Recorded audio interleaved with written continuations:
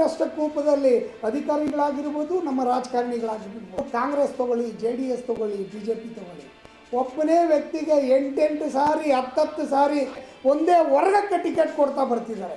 ಹಾಗಾದಾಗ ಆ ಒಂದು ಜಾತಿ, ಆ ಒಂದು ಕೋಮು, ಆ ಒಂದು ವರ್ಗ ಏನಿದೆ ಅದು ಮೇಲ್ಮಟ್ಟವನ್ನು ಸಾಧಿಸುತ್ತೆ. ಉಳಿದ ಎಲ್ಲ ವರ್ಗಗಳು ಕೂಡ ತುಳಿತಕ್ಕೆ ಒಳಗಾಗಿದೆ. ಇವತ್ತು ಆಸ್ಪತ್ರೆಗಳಲ್ಲಿ ಉತ್ತಮವಾದಂಥ ಮೆಡಿಸಿನ್ಗಳು ಸಿಗ್ತಾ ಇಲ್ಲ.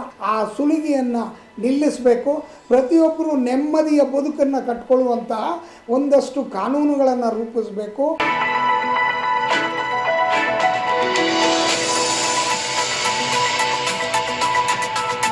ನೋಡಿ, ಭಾಳ ಸ್ಪಷ್ಟವಾದಂಥ ವಿಚಾರ ಏನಪ್ಪ ಅಂತಂದರೆ, ಇವತ್ತು ವ್ಯವಸ್ಥೆ ಬಹಳ ಭ್ರಷ್ಟಾಚಾರದಿಂದ ಕೂಡಿದೆ.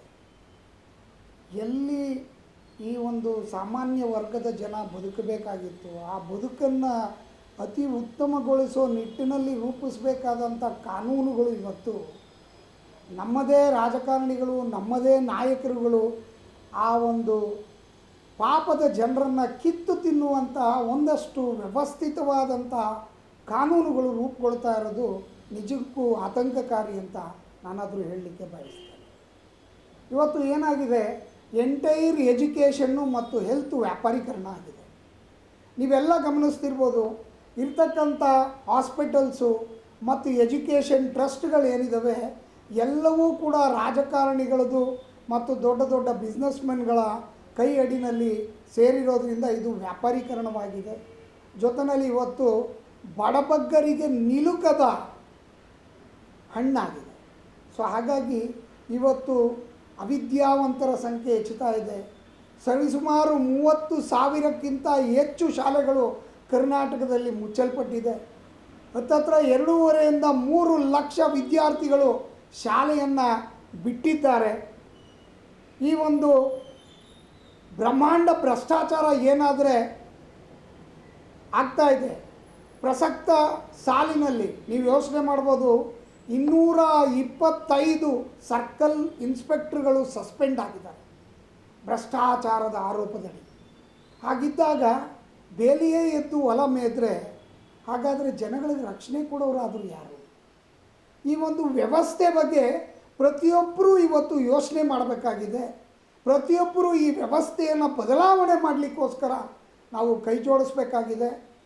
ಈ ಭ್ರಷ್ಟ ವ್ಯವಸ್ಥೆಯಲ್ಲೇ ಈಗ ಯಾವ್ಯಾವ ರಾಜಕಾರಣಿಗಳು ಏನೆಲ್ಲ ಕಾನೂನುಗಳನ್ನು ತರ್ತಿದ್ದಾರೆ, ಆ ತಂದಂಥ ಕಾನೂನು ಆ ಒಂದು ಏನಾದರೂ ಜನಗಳಿದ್ದಾರೆ ಅವರನ್ನು ಕಿತ್ತು ತಿಂತಾ ಇದೆ. ಅವರ ಮುಂದಿನ ಪೀಳಿಗೆ ಕೂಡ ಇದೇ ಒಂದು ವ್ಯವಸ್ಥೆಯಲ್ಲಿ ಬದುಕಬೇಕು ಅನ್ನೋದನ್ನು ಅವರು ಮರ್ತಿದ್ದಾರೆ. ಅದನ್ನು ಅವರು ಫಸ್ಟ್ ಅರ್ಥ ಮಾಡ್ಕೊಳ್ಬೇಕಾಗ ಅವರು ಇಲ್ಲಿಂದ ಬಿಟ್ಟು ಬೇರೆ ದೇಶದಲ್ಲೇನು ಬದುಕಲ್ಲ.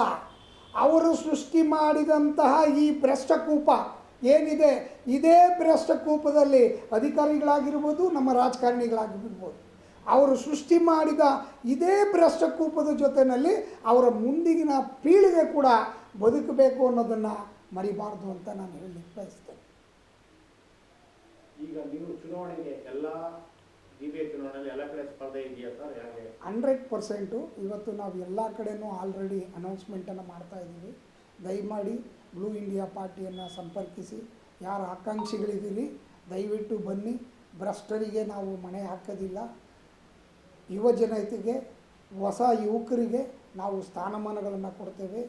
ಯಾರು ಅವಕಾಶ ವಂಚಿತರಿದ್ದಾರೆ, ಯಾರು ಪ್ರಾಮಾಣಿಕರಿದ್ದಾರೆ, ಯಾರು ರಾಜಕೀಯದ ಬದಲಾವಣೆಯನ್ನು ಬಯಸ್ತಿದ್ದಾರೆ ಅಂಥವರಿಗೆ ನಾವು ಮೊದಲನೇದಾಗಿ ಮನೆಯನ್ನು ಹಾಕುವಂಥ ಕೆಲಸವನ್ನು ನಾವು ಮಾಡ್ತೇವೆ. ಸರ್, ಯಾವುದೇ ಸರ್ಕಾರ ಬಂದರೂ ಕೂಡ ಇನ್ನೊಂದು ಕಡೆ ಅಭಿವೃದ್ಧಿ ಕುಂಠಿತವಾಗಿದೆ, ಇನ್ನೊಂದು ಕಡೆ ಬೇರೆ ದೇಶಗಳು ಹೋಲಿಸ್ಕೊಂಡ್ರೆ ನಮ್ಮ ದೇಶ ತುಂಬ ಹಿಂದುಳಿದಿದೆ ಅಂತ ಹೇಳ್ಬೋದು. ಏನಾಗುತ್ತೆ ಸರ್? ಇದೊಂದು ದುರಂತ ಅಂತಲೇ ಹೇಳಬೇಕು. ಯಾಕೆ ಅಂತಂದರೆ ಇಡೀ ಭಾರತ ದೇಶಕ್ಕೆ ಸ್ವತಂತ್ರ ಬಂದು 78 ರಿಂದ 80 ವರ್ಷಗಳಾದ್ರೂ ಇವತ್ತಿಗೂ ನಾವು ನೀರು, ಚರಂಡಿ, ರಸ್ತೆ, ವಿದ್ಯುತ್, ಎಜುಕೇಷನ್ನು, ಹೆಲ್ತು ಅಂತೇಳಿ ಇವತ್ತಿಗೂ ಮೂಲಭೂತ ಸೌಕರ್ಯಕ್ಕಾಗಿ ಹೊಡೆದಾಡ್ತಾ ಇದ್ದೀವಿ. ಇವತ್ತು ನಮ್ಮ ಮುಂದೆ ತಗೊಂಡ್ರೆ ಚೈನಾ ದೇಶ ಸುಮಾರು 200 ವರ್ಷಗಳ ಮುಂದೆ ಇದೆ. ಜಪಾನ್ ದೇಶ 250 ವರ್ಷಗಳು ಮುಂದೆ ಇದೆ. ಇವೆಲ್ಲವನ್ನು ನಾವು ಗಮನಿಸಿದಾಗ ಬೇರೆ ದೇಶಗಳಲ್ಲಿ 5ನೇ ಕ್ಲಾಸ್ 6ನೇ ಕ್ಲಾಸ್ ಮಕ್ಕಳು ಚಂದ್ರಗ್ರಹದ ಬಗ್ಗೆ ಮಾತಾಡ್ತಾರೆ, ಮಂಗಳ ಗ್ರಹದ ಬಗ್ಗೆ ಮಾತಾಡ್ತಾರೆ. ಇವತ್ತು ನಮ್ಮ ಮಕ್ಕಳು ಎಲ್ಲ ಸರ್ಕಾರಿ ಶಾಲೆಗಳು ಮುಚ್ತಾ ಇದ್ದಾವೆ, ಇವರು ಕೂಲಿ ಕಾರ್ಮಿಕರಾಗಿ ಮಾರ್ಪಡ್ತಾ ಇದ್ದಾರೆ. ಇವರಿಗೆ ವಿದ್ಯೆ ಇಲ್ಲದೆ ಒಂದು ರೀತಿ ಮೌಢ್ಯದ ಕೂಪದಲ್ಲಿ ಬದುಕುವ ಪರಿಸ್ಥಿತಿ ಎದುರಾಗ್ತಾ ಇದೆ. ಇದು ನಿಜವಾಗ್ಲೂ ಈ ಒಂದು ವ್ಯವಸ್ಥೆ ಏನಿದೆ ಇದು ಬದಲಾಗಬೇಕಾಗಿದೆ. ಈ ಬದಲಾವಣೆಗಾಗಿ ಪ್ರತಿಯೊಬ್ಬ ಯುವಕರಿಗೆ ನಾನು ಕರೆ ಕೊಡ್ತೀನಿ, ದಯಮಾಡಿ ನಮ್ಮ ಜೊತೆ ಕೈ ಜೋಡಿಸಿ ನಾವು ನೀವೆಲ್ಲ ಭವಿಷ್ಯ ಭಾರತವನ್ನು ಕಟ್ಟುವ ನಿಟ್ಟಿನಲ್ಲಿ ಒಗ್ಗಟ್ಟಾಗೋಣ. ಈ ಭ್ರಷ್ಟ ಕೂಪದಿಂದ ಇಡೀ ನಮ್ಮ ಮುಂದಿನ ಪೀಳಿಗೆಯನ್ನು ಹೊರತರೋಣ ಅಂತೇಳಿ ನಾನು ಕೇಳ್ತೀನಿ. ಒಂದು ವಿಚಾರವನ್ನು ನಾವು ಸ್ಪಷ್ಟವಾಗಿ ತಿಳ್ಕೊಳ್ಬೇಕು. ಏನಪ್ಪ ಅಂತಂದರೆ ಬಾಬಾ ಸಾಹೇಬ್ ಅಂಬೇಡ್ಕರ್ ಅವರು ಒಂದು ಮಾತನ್ನು ಹೇಳ್ತಾರೆ, ಯಾವ ಜಾತಿಗೆ, ಯಾವ ವರ್ಗಕ್ಕೆ, ಯಾವ ಕೋಮಿಗೆ ಅಧಿಕಾರ ಸಿಗೋದಿಲ್ವೋ ಆ ಕೋಮು ನಿಧಾನವಾಗಿ ನಾಶವಾಗುತ್ತೆ ಅಥವಾ ನಿಧಾನವಾಗಿ ದೌರ್ಜನ್ಯಕ್ಕೆ ಒಳಗಾಗತ್ತೆ ಅಂತಕ್ಕಂಥದ್ದು ವಿಚಾರ.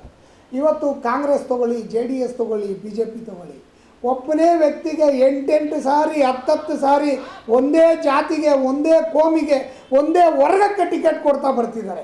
ಹಾಗಾದಾಗ ಆ ಒಂದು ಜಾತಿ, ಆ ಒಂದು ಕೋಮು, ಆ ಒಂದು ವರ್ಗ ಏನಿದೆ ಅದು ಮೇಲ್ಮಟ್ಟವನ್ನು ಸಾಧಿಸುತ್ತೆ, ಉಳಿದ ಎಲ್ಲ ವರ್ಗಗಳು ಕೂಡ ತುಳಿತಕ್ಕೆ ಒಳಗಾಗಿದೆ.